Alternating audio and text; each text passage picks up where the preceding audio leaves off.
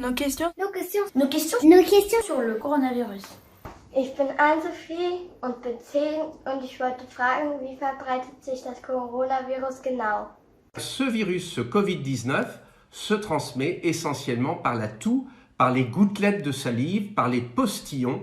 C'est 95% de la transmission. C'est pour ça qu'il faut faire attention.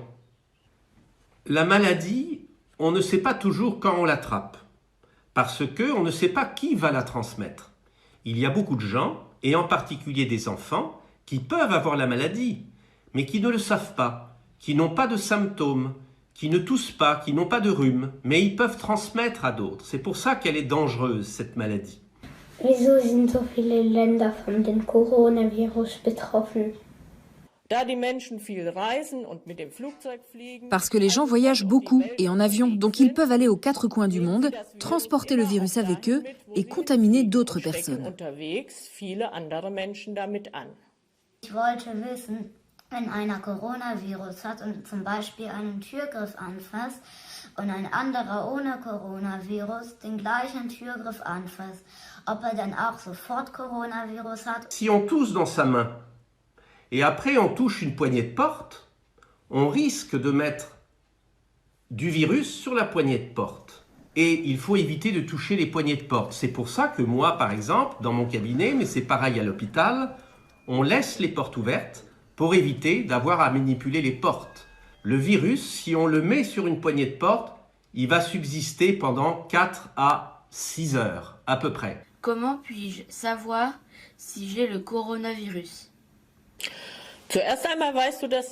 Au début, tu ne le sais pas. Tu as juste des symptômes comme de la toux, des éternuements ou des maux de gorge.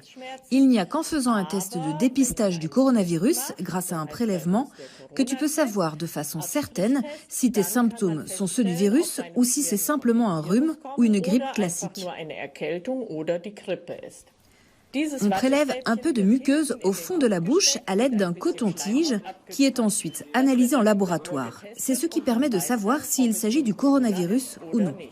Et peut-être que l'un d'entre vous a le Covid. Qu'est-ce qu'on fait dans ces cas-là? Eh bien, d'abord on fait le point par téléphone ou en téléconsultation avec son médecin. Le médecin pourra, dans certains cas, faire le diagnostic à distance si besoin. Et il expliquera à tes parents, mais aussi à toi, ce qu'il faut faire pour se protéger à la maison. Pourquoi le coronavirus s'appelle-t-il aussi Covid-19? Quels sont les autres types de coronavirus? Covid-19, ça veut dire quoi? Co, ça veut dire corona. VI, ça veut dire virus en anglais. Et le D de Covid, ça veut dire disease. En anglais, ça veut dire maladie. Donc, COVID.